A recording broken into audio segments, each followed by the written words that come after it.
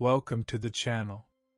Today we are going on a journey, but not in the usual sense we're accustomed to. We won't be visiting resorts or historic city centers. We're going somewhere entirely different, to places where survival itself becomes the main challenge. Before we begin, let me ask you something. When you hear the word danger, what do you imagine? An explosion? A building collapse? A car accident? Most people perceive danger as an event, something sudden, dramatic, instantaneous. A single catastrophic moment. But the truth is far more subtle. The most dangerous places on Earth are not necessarily places of catastrophe. Many of them look completely ordinary, and some, even strikingly beautiful. A shimmering blue lake. A boundless white continent under a clear sky. A quiet valley between mountains. Real danger is often invisible. It lies in air pressure, the chemical composition of water, atmospheric temperature, the stability of the ground beneath your feet. In this video we will build a ranking, not based on fears or legends, but on real, measurable physical and natural factors. We will ask, what happens to the human body in this place? How quickly does the margin for error disappear? How much preparation, technology and infrastructure does a person need simply to survive? We will move gradually, from less extreme to the most extreme conditions. From places where humans have adapted, to places where human biology simply cannot function without massive technological support.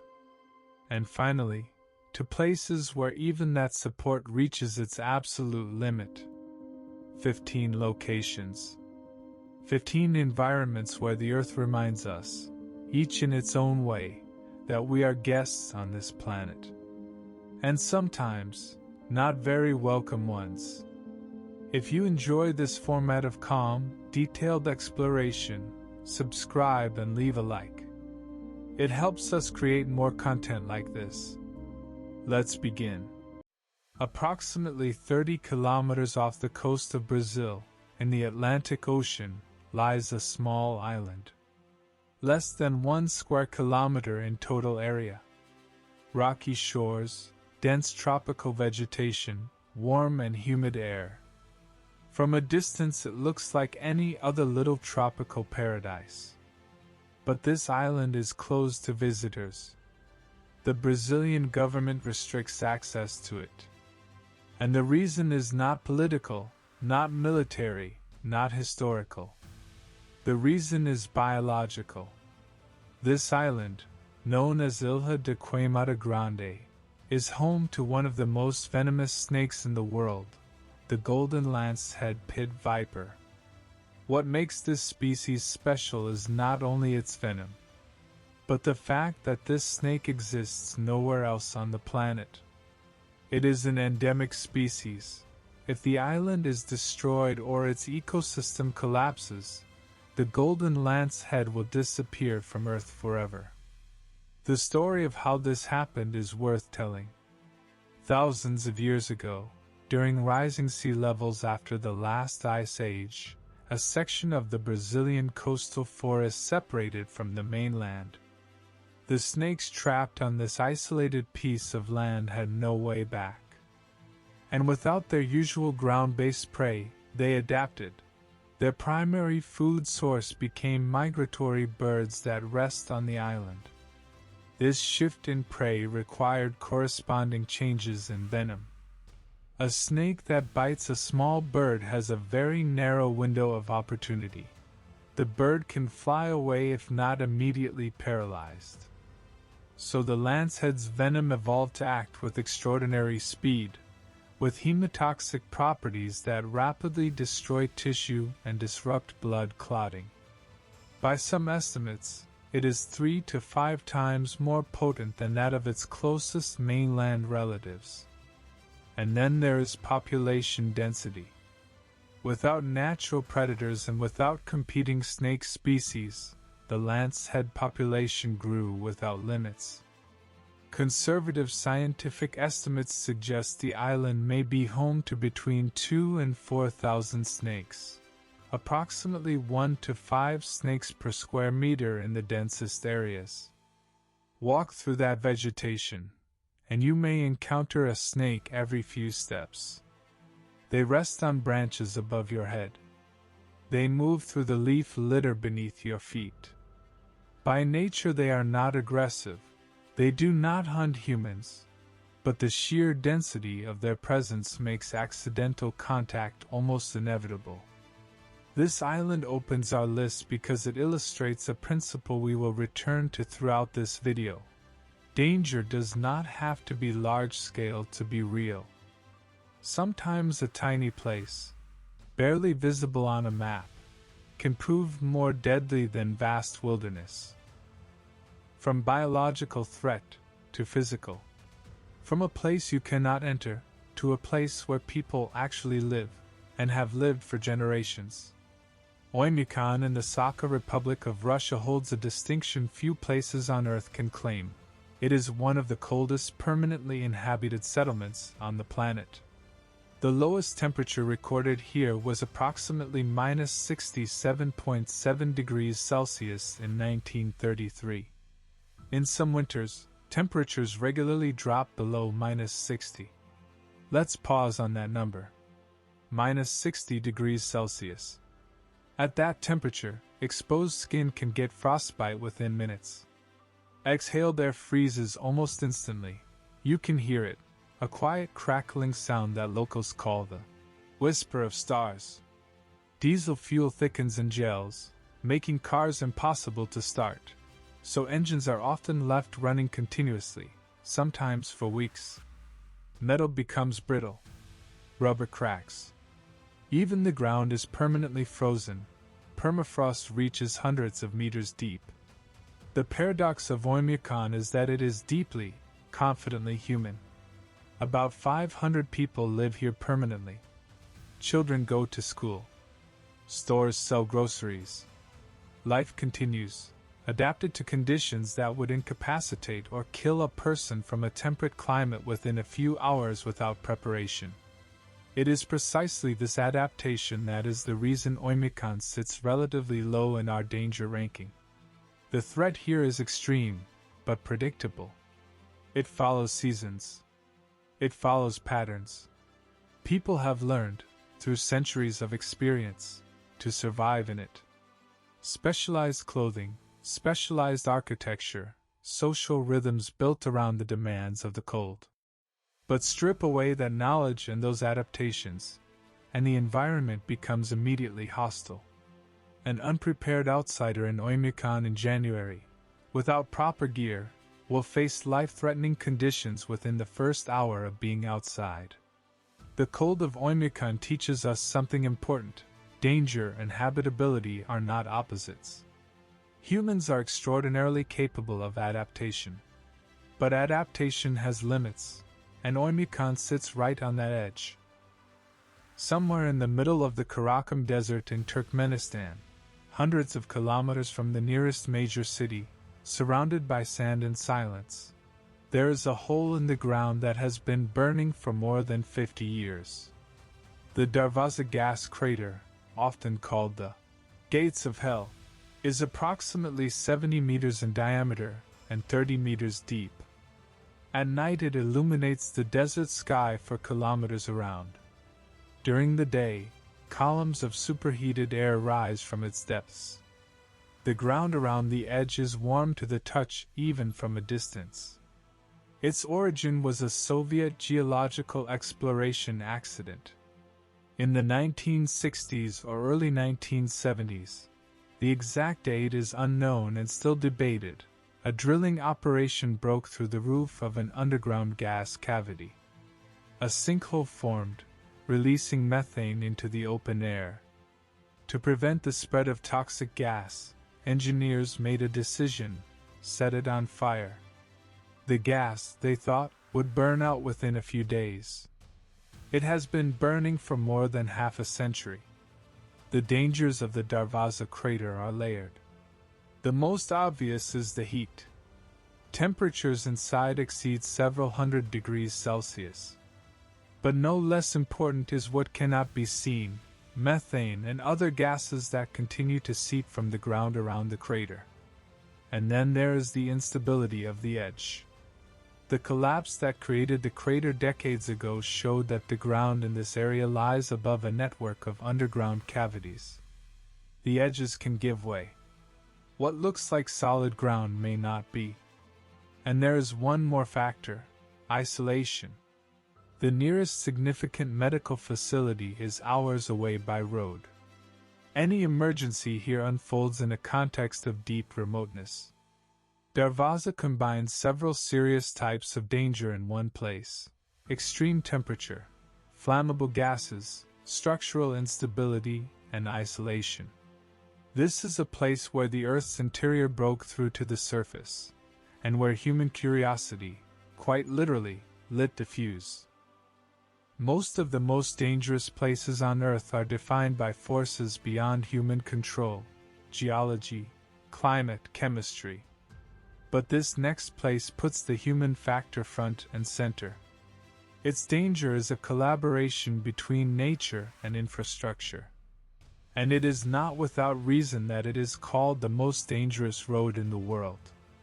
The Yungas Road in Bolivia descends from the high plateau near La Paz, at an elevation of nearly 3,600 meters, down into the warm, humid lowlands of the Amazon basin. The elevation change is staggering. Over approximately 60 kilometers, the road loses nearly 3,500 meters of altitude. Every centimeter of that descent runs along one of the most dangerous routes imaginable. In most places the road is barely wide enough for two vehicles to pass each other. On one side, a sheer rock wall. On the other, a vertical drop of hundreds of meters into the jungle below. There are virtually no guardrails. The surface over significant stretches is unpaved: gravel, mud, loose stone. When it rains, and in this region it rains often and heavily, the road surface becomes slick with runoff. Visibility can drop sharply when clouds roll up from the valley, reducing the field of view to a few meters. Waterfalls cascade directly across the road's surface. The edges are often eroded by water and structurally unreliable. What makes the Yungas Road particularly unforgiving is the mathematics of error and consequence. On an ordinary road, a driver who drifts slightly off course will find a shoulder, a curb, another lane, some margin. Here there is no margin. A half-meter mistake, in the wrong place, means a fall of hundreds of meters. Historically, the road claimed dozens of lives per year, sometimes more. It earned its grim reputation through a long list of vehicles, buses, trucks, motorcycles, that simply disappeared over the edge. In recent years, a new highway was built nearby that bypasses the most dangerous sections, and traffic on the old road has dropped significantly. But the route itself remains, now popular among extreme cyclists who descend it on mountain bikes. The danger of this road depends on the human factor. With careful driving and favorable weather, the risk decreases. But at rain, fatigue, or mechanical failure, and the surrounding environment instantly stops being neutral. Lake Natron in northern Tanzania is one of the most visually striking places on our list. The water can be a deep, almost luminescent red color. The shores are white with crystallized minerals. The surface looks perfectly still. Flamingos, impossibly pink against the stark landscape, gather here in their hundreds of thousands. But it is also one of the most chemically hostile environments on Earth for most living organisms, including humans. Natron is an alkaline lake. Its waters are saturated with natron, a natural mineral containing sodium carbonate and sodium bicarbonate, as well as other mineral salts. The pH level of the lake can reach between 10 and 12. For comparison, neutral water has a pH of 7. At pH 12, water is caustic. Prolonged contact with human skin causes chemical burns. Contact with the eyes is particularly dangerous. Alkaline compounds can rapidly damage corneal tissue. The water temperature in the lake is also high. In the shallower sections during the hot season it can approach 50 degrees Celsius, which amplifies the chemical aggression of the environment. The lake bed and shoreline conceal their own trap. What looks from a distance like a solid white crust, crystallized mineral deposits, is often underlaid by a soft, viscous layer of sediment. Step on it without knowing what is hidden beneath, and you may suddenly sink through, with your legs immediately coming into contact with highly concentrated alkaline water and mud.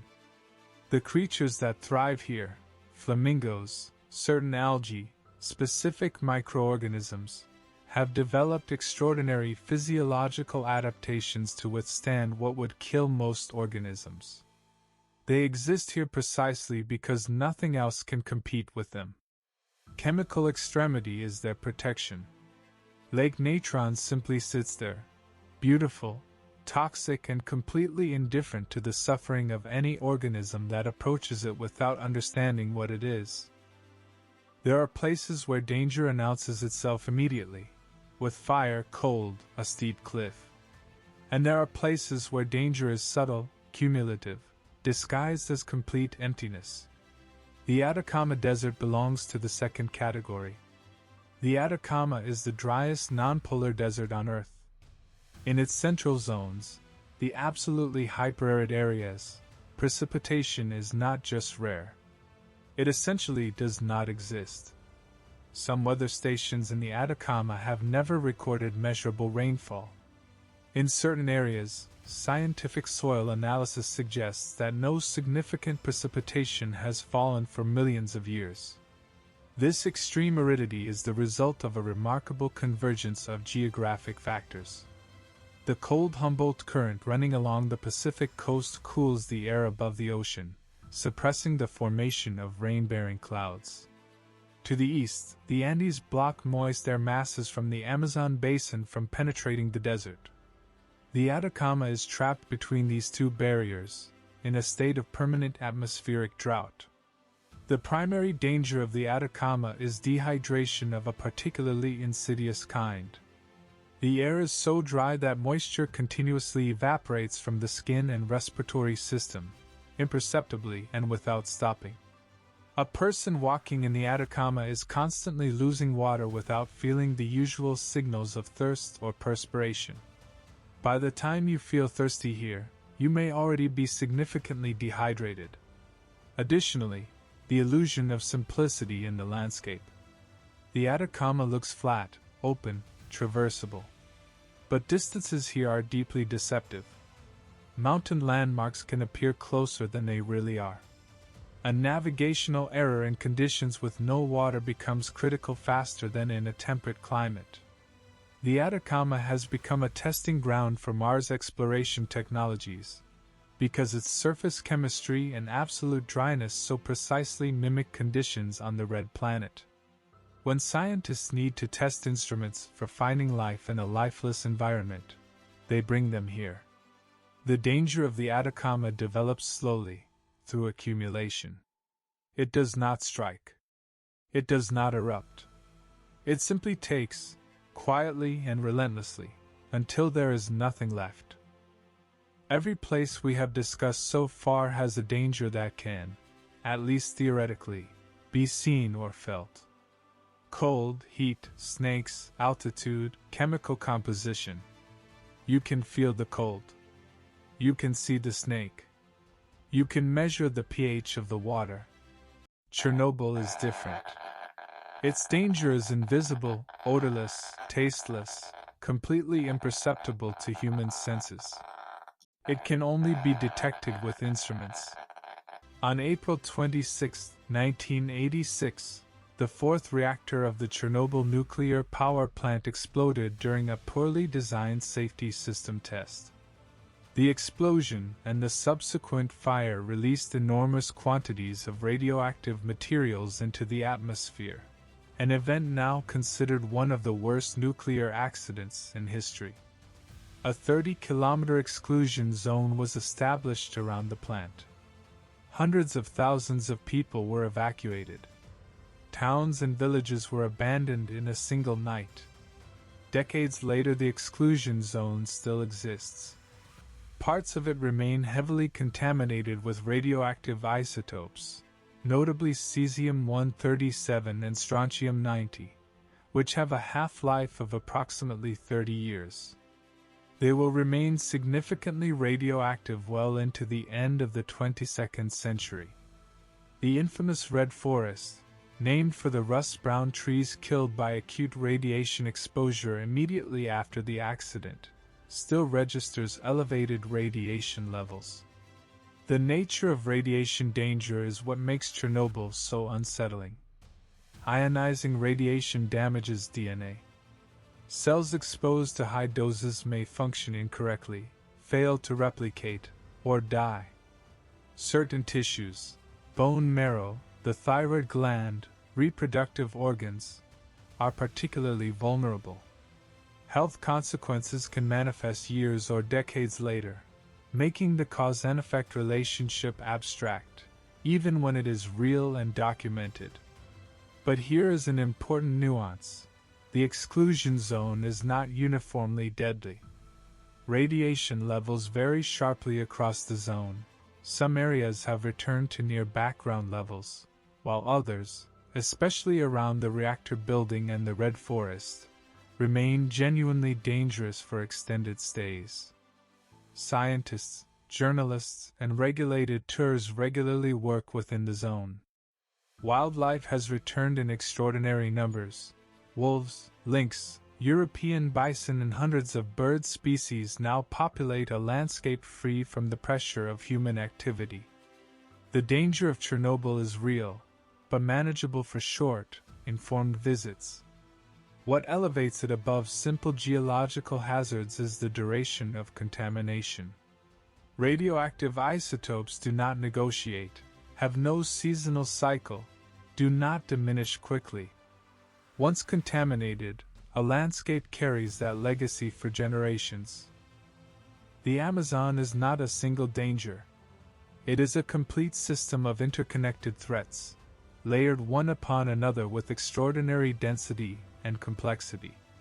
Stretching across more than 5.5 million square kilometers, the Amazon basin contains the largest tropical forest on Earth. It holds approximately 10% of all species on the planet. On any single hectare of Amazon forest there may be more biological diversity than in an entire temperate climate country. That biological wealth is also a catalog of threats for the unprepared person. Navigation is the first challenge, and it is a serious one. Beneath the forest canopy the sky is almost invisible. Natural light is scattered and diffused. Without technology, GPS, a compass, detailed maps, orientation quickly becomes impossible. The forest looks the same in every direction. People have wandered in circles for days, covering perhaps 20 kilometers while remaining 2 kilometers from where they started. Then there is the climate.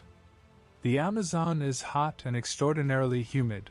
Relative humidity typically exceeds 80%, sometimes approaching 100%. With air near saturation, evaporation drops sharply. The body struggles to regulate its core temperature even when air temperature is only moderately elevated. Heat exhaustion can develop in conditions that in a drier environment would look entirely manageable.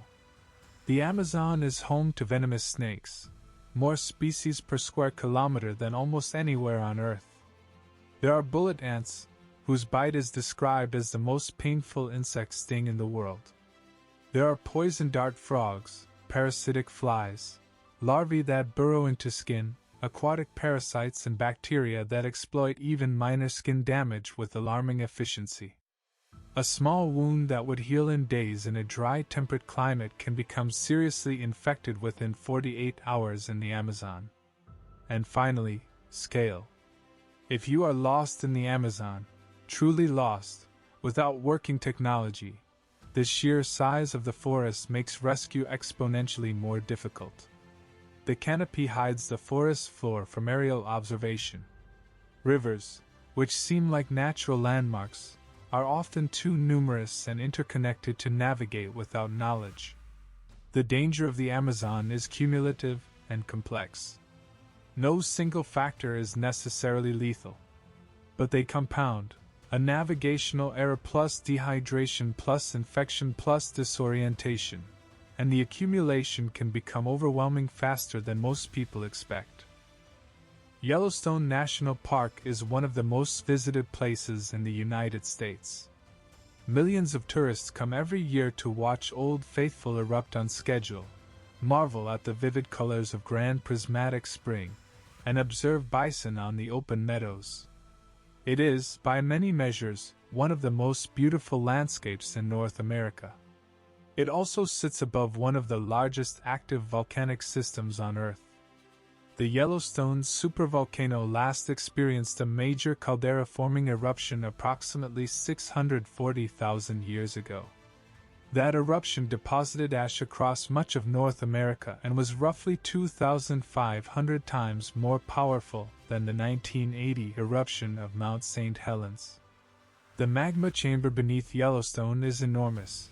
Recent seismic imaging suggests it may be larger than previously estimated, potentially up to 90 kilometers long and 30 kilometers wide. The heat from this chamber drives Yellowstone's extraordinary geothermal activity. More than 10,000 hydrothermal features, including geysers, hot springs, fumaroles, and mud pots. It is the most geothermally active region in the world. The immediate, day-to-day danger at Yellowstone is not from the supervolcano itself, but from the thermal features.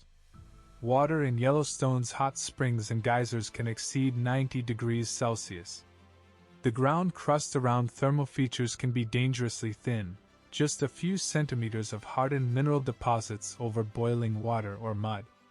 People have broken through this crust with devastating consequences. The park infrastructure, boardwalks, fencing, monitoring systems, exists specifically to manage this risk. But step off the designated path, and the margin of safety drops sharply. Although the day-to-day danger is manageable with appropriate behavior, the underlying geological system is one of the most powerful on Earth. The supervolcano poses a very small probability of catastrophic eruption during any individual human lifetime, but the consequences of such an eruption would be continental in scale. If Yellowstone represents hidden, dormant power, sleeping for hundreds of thousands of years between catastrophic events, then Etna represents something different, an active, expressive, continuously operating volcanic system that has been erupting in one form or another for approximately 500,000 years. Etna is the tallest active volcano in Europe, rising more than 3,300 meters above the island of Sicily. It erupts regularly, not in rare, catastrophic bursts, but in a continuous cycle of smaller and larger events that have shaped the landscape, culture, and agriculture of the surrounding region for millennia. The soil around Etna is extraordinarily fertile. Volcanic ash and minerals deposited over hundreds of thousands of years have created some of the richest agricultural land in Italy. Vineyards on Etna's slopes produce wines of international recognition. Towns and villages stretch far up into the volcanic zone. This is not ignorance of risk, it is a calculated relationship with it. The land gives so much that people have chosen, generation after generation, to stay. The dangers of Etna are varied and shifting.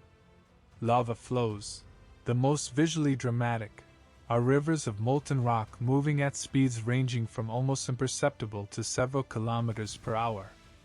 Etna's lava is relatively viscous compared to some volcanic systems, which slows the flows and often gives time for evacuation. But volume matters. A slow lava flow lasting weeks can swallow entire neighborhoods. Pyroclastic activity presents different dangers. Explosive eruptions that hurl rocks and solidified lava bombs kilometers into the air.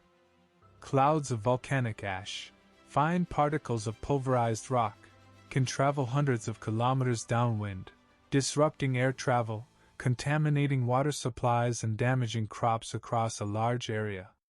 There are also lava tubes beneath the mountain, vast underground channels through which lava once flowed, now empty and potentially unstable.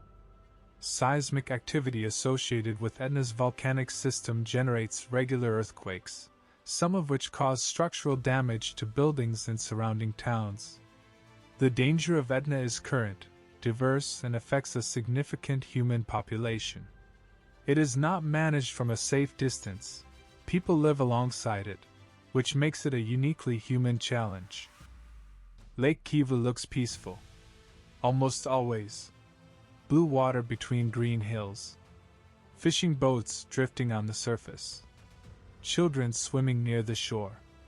Towns and cities, including the city of Goma, home to hundreds of thousands of people, pressing right up to the shoreline.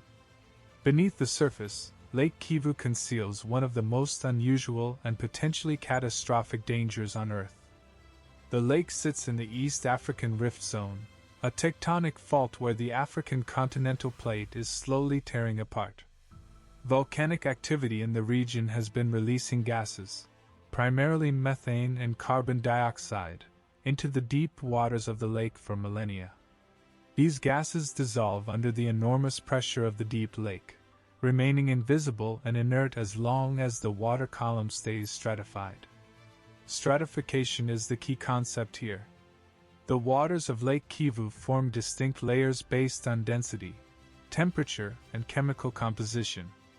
The deep, gas-saturated layers do not mix with the upper layers under normal conditions.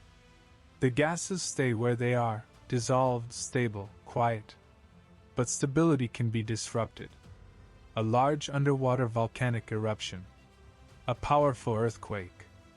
A sudden temperature anomaly. Any of these could trigger a process known as a limnic eruption. If deep gas-saturated water rises rapidly, pressure drops as it ascends, and the dissolved gases begin to release.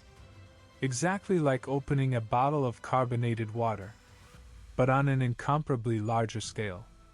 Carbon dioxide is heavier than air. It will flow along the surface, accumulating in low-lying areas, displacing oxygen. Methane is flammable. When released rapidly, it can spread across the coastal zone.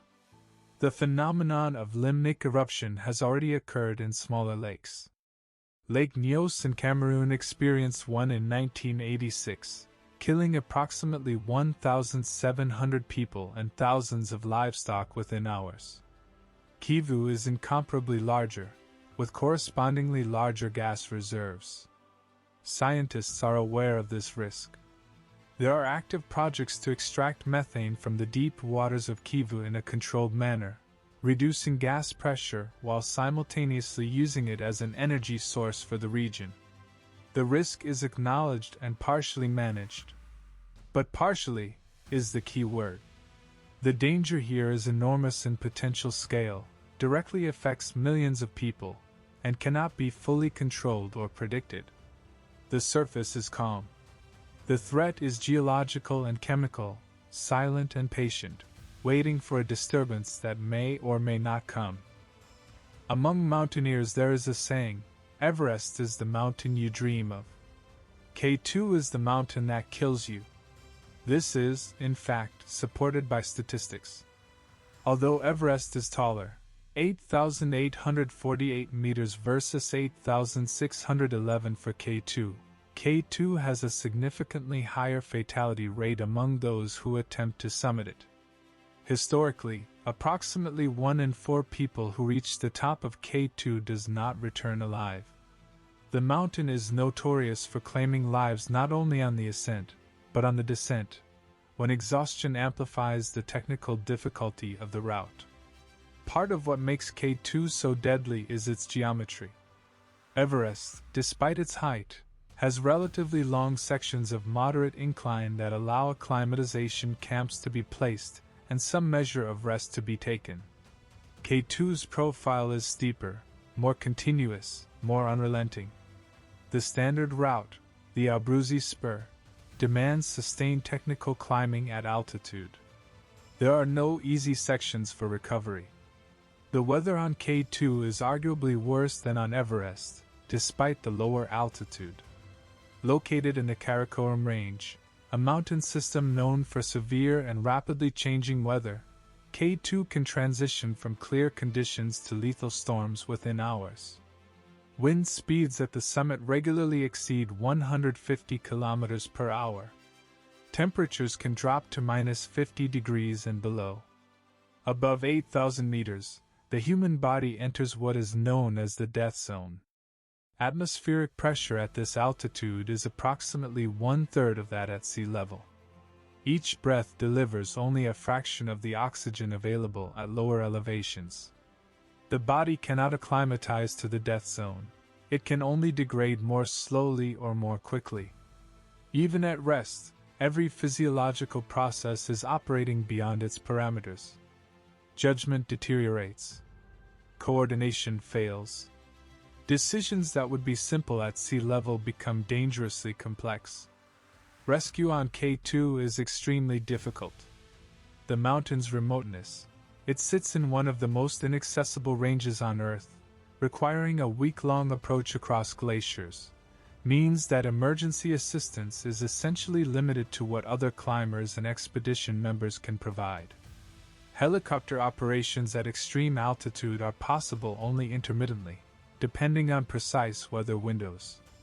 K2 combines physiological extremity, the death zone, with technical demands, severe weather volatility, and a near-total absence of rescue infrastructure. Every margin of safety that exists in less extreme environments has been stripped away. If you were designing the most hostile environment on Earth from scratch, taking the worst of heat, chemistry, geological instability, and isolation and combining them in one place, you might end up with something resembling the Danakil Depression. Located in the Afar Triangle in northeastern Ethiopia, the Danakil Depression is one of the lowest points on the African continent, approximately 125 meters below sea level in some areas. It is also one of the hottest inhabited regions on Earth.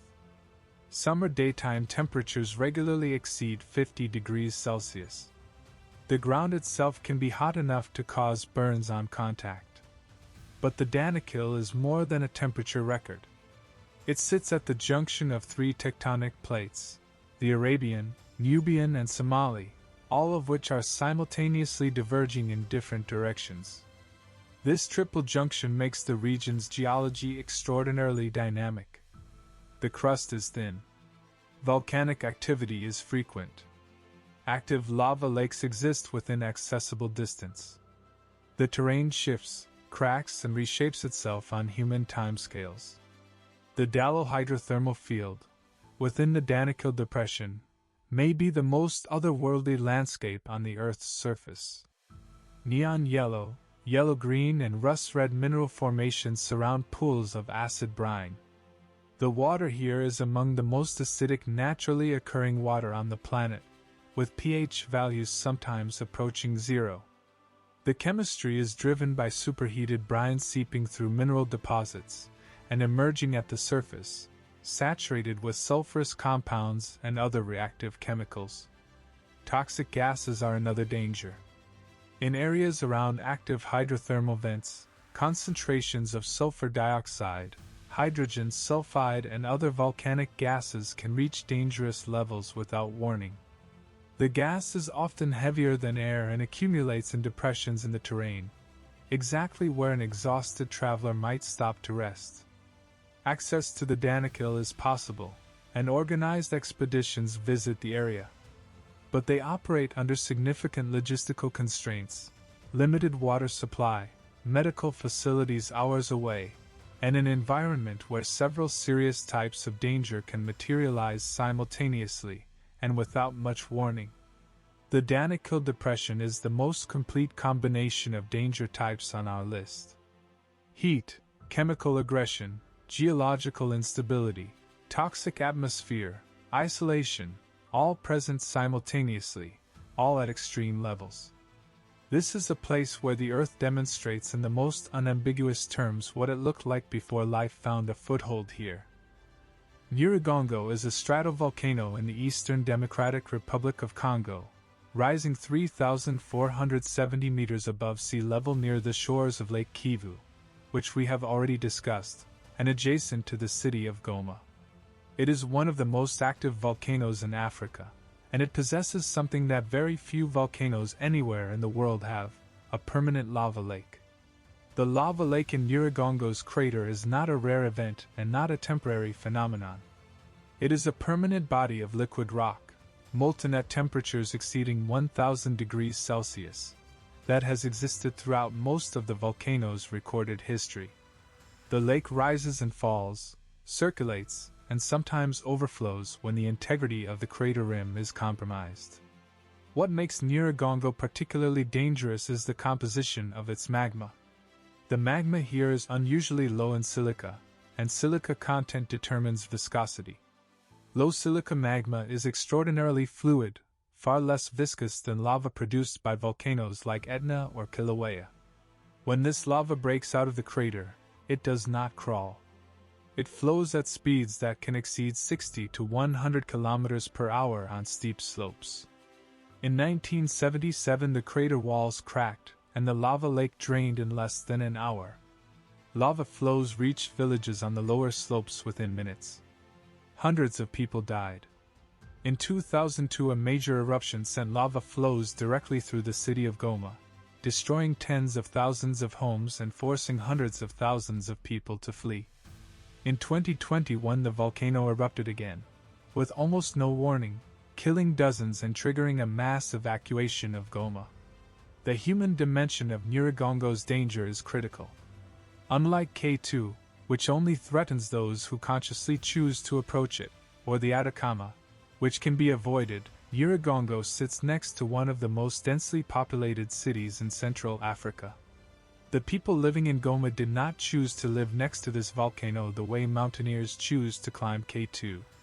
They are there for economic, social, and political reasons, and many have no real alternative. Monitoring exists. Scientists track seismic signals and gas emissions. Evacuation plans have been developed. But prediction remains imperfect. Warning time can be very short, and the combination of fluid lava, steep terrain, dense population, and limited infrastructure creates a danger equation with few good solutions. Nyiragongo combines all the factors that elevate danger from abstract to immediate: extreme geological energy, high speed of development, dense population in the hazard zone, and a short track record of events that have already vividly demonstrated what the worst outcomes look like. Everything we have discussed so far has one thing in common: with the right preparation, the right equipment, and the right conditions, a human being can be present. Not comfortably, not safely perhaps, but present, alive, functional, capable of experience and observation. At the bottom of the Mariana Trench, none of that applies. The Mariana Trench is the deepest known point in Earth's oceans, located in the Pacific Ocean east of the Mariana Islands. Its deepest point, Challenger Deep, plunges approximately 11 kilometers below sea level. To understand the scale, if you place Mount Everest at the bottom of Challenger Deep, its summit would still be more than 2 kilometers underwater. The defining danger of the Mariana Trench is pressure. At a depth of 11 kilometers, water pressure reaches approximately 1,086 bar, more than 1,000 times the atmospheric pressure at sea level. This is equivalent to approximately 1,100 kilograms pressing on every square centimeter of surface. The human body has no physiological capacity to withstand this pressure. No adaptation, no training, no gradual acclimatization can bridge the gap between human biology and the physics of the abyss. Without a specially engineered vessel to counter these forces, the human body would be instantly and catastrophically destroyed. Not wounded, not killed in the ordinary sense, structurally destroyed. Even with the best available technology, the most advanced deep-sea vessels ever built, the margin for error is essentially zero. The craft that have descended to Challenger Deep can be counted on the fingers of one hand. Each represented a triumph of engineering that nonetheless left crews separated from instant death by a few centimeters of specially designed titanium or ceramic composite. The environment at the bottom is totally hostile. Complete darkness, no photosynthesis, no light of any kind from the surface penetrates to such depth. Temperature a few degrees above zero. Pressure that renders nearly all ordinary materials non-functional. Even the water itself behaves differently at such pressure. Its compressibility, usually negligible, becomes measurable. And yet life exists here. Organisms of the Hadal Zone, adapted over hundreds of millions of years to these conditions, live at the bottom of the Mariana Trench. Amphipods, sea cucumbers, bacteria that metabolize chemicals rather than sunlight. They are testament to the resilience and adaptability of life, and a reminder that the absence of human suitability does not mean the absence of biology. The Mariana Trench takes first place in our ranking not because events there affect the surface world, and not because people regularly die trying to visit it. It takes first place because it represents the absolute physical boundary of human existence.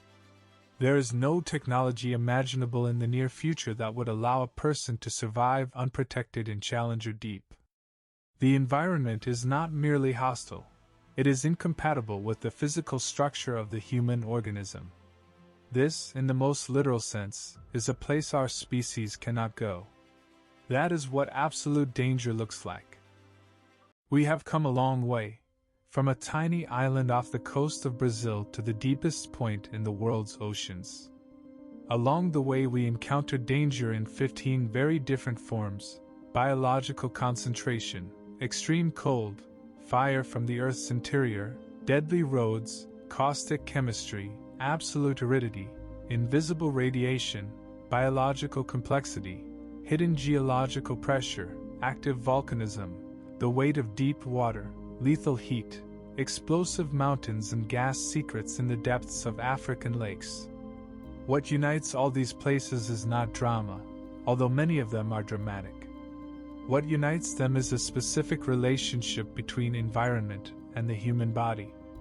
In each case, the environment imposes conditions to which human physiology is not suited without technology, preparation, or adaptation.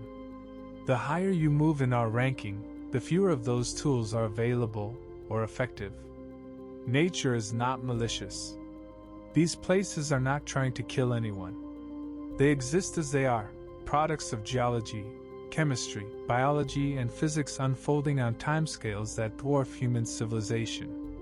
We are newcomers. And sometimes the planet reminds us of that. Do you agree with this ranking?